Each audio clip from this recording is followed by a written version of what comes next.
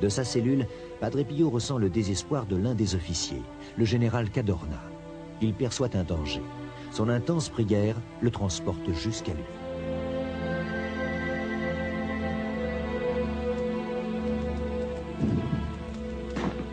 Les soldats en faction ne se doutent de rien. Cigarette. Le général a décidé de mettre fin à sa vie et c'est à ce moment même qu'il dit avoir vu devant lui un moine.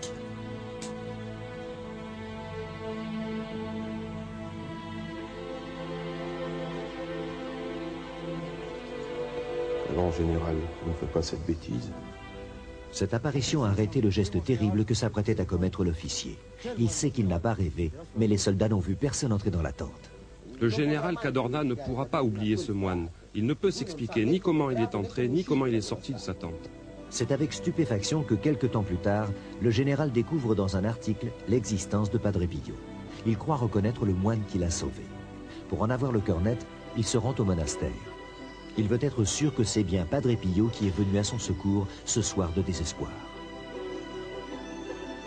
Tenez, justement, le voilà. Le général reconnaîtra son sauveur, car Padre Pio refera exactement le même geste en le voyant.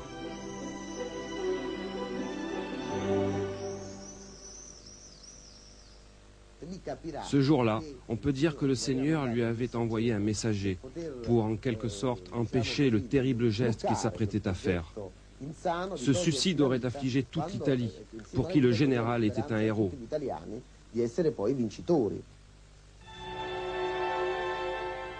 La renommée grandissante de Padre Pio commence à gêner le Vatican, qui délègue des médecins pour examiner ces plaies mystérieuses. Le Padre Pio sera soumis pendant 5 ans à toutes sortes d'analyses et d'examens médicaux. Le rapport final des médecins conclura que les lésions corporelles de Padre Pio ne sont pas le résultat d'un déséquilibre mental et qu'il ne peut s'agir en aucun cas d'une supercherie. Les lésions n'ont pas changé d'aspect pendant 5 ans. Elles ne s'infectent pas et le sang qui s'en écoule est pur et parfumé, ce qui est inexplicable.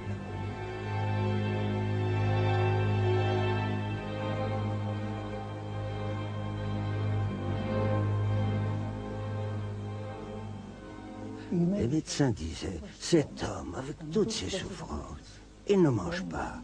Avec ses plaies, cette blessure au cœur, il ne meurt pas. Il disait, mais qui est cet homme? Mon père, vous ne croyez pas que c'est en pensant autant au Christ que vous avez vous-même provoqué ces stigmates? C'est possible.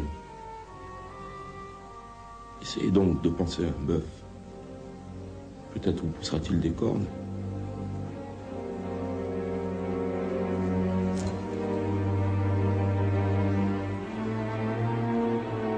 En dépit des conclusions médicales, le 16 mai 1923, le Vatican prononcera une condamnation formelle et publique interdisant à Padre Pio tout contact avec les fidèles.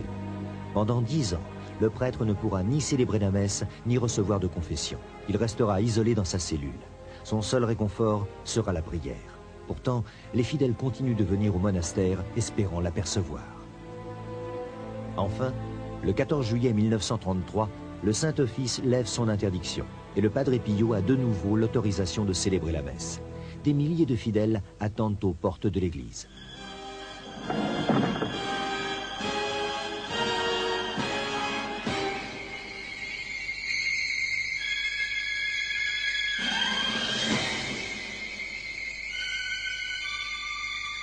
Je l'ai vu sortir du confessionnal pendant qu'il y avait l'élévation à la messe. Les gens ne se sont pas arrêtés pour l'élévation, ils couraient après. Il fallait un garde de corps devant et derrière pour pas que les bonnes femmes viennent dessus. Parce qu'on lui coupait aussi bien le cordon un morceau de cordon. Incroyable. Je crois qu'il y a beaucoup de gens qui allaient par curiosité, d'autres pour le merveilleux. Pour la spiritualité, je ne sais pas, parce que ça dérange la vie. Hein. Si on veut suivre le Père Pio, c'est pas toujours tout rose. Ça dérange énormément. Et alors, il y en a beaucoup qui se gênaient. Voilà ce que c'est le Père Pio. Les prodiges de Padre Pio ne s'arrêtent pas là. Certains affirment qu'il accomplit des miracles et du monde entier, des fidèles viennent chaque jour réclamer des grâces au Padre Pio. Les témoignages de guérison sont nombreux, comme pour la petite Gemma, qui était aveugle de naissance. Mon père, ma petite fille est aveugle, je vous en supplie, je vous en conjure.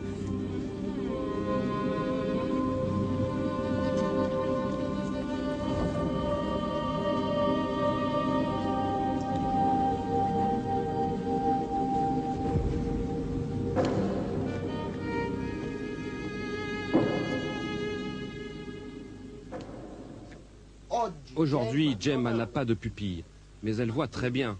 Tout au moins, elle voit à 80%, ce qui lui permet de vivre normalement. Et si aujourd'hui on regarde les yeux de Gemma, on voit que ce sont les yeux d'un aveugle. Des sceptiques affirment que les phénomènes extraordinaires qui entouraient Padre Pio étaient provoqués par une forme d'hystérie. Si quelqu'un manifeste un visage très mobile, qui manifeste l'étonnement ou la joie ou la douleur parce qu'il ressent ou parce qu'il voit ou croit voir quelque chose, si on dit qu'il est hystérique, tout le monde est hystérique. Moi j'ai assisté à ces messes et je peux vous dire que c'était d'une très grande dignité, que c'était très impressionnant parce que c'était quelque chose de vécu de l'intérieur. Mais je ne crois pas qu'on puisse du tout dire que c'est hystérique, ça certainement pas. Lily Favre a été aux côtés du Padre Pio pendant 13 ans. À la dernière messe qu'il a célébrée, elle a été témoin de la disparition totale des stigmates. La dernière messe, la main droite n'avait plus rien. Et la main gauche, j'ai vu à peine un petit peu de rose. C'était fini, il n'y avait plus rien déjà. Et quand il est mort, le père Jacques a pris les photos et il n'y avait plus aucune trace de cicatrice, plus rien du tout. Ainsi, de façon inexplicable, peu avant sa mort, les blessures que portait Padre Pio depuis 50 ans ont complètement disparu de son corps. Padre Pio s'est éteint le 22 septembre 1968. Il a bouleversé la vie de milliers de croyants et de non-croyants, et la multitude de témoignages qui en attestent gêne les esprits les plus rationnels. La vie entière de Padre Pio reste un prodige dont la science ne peut expliquer le mystère.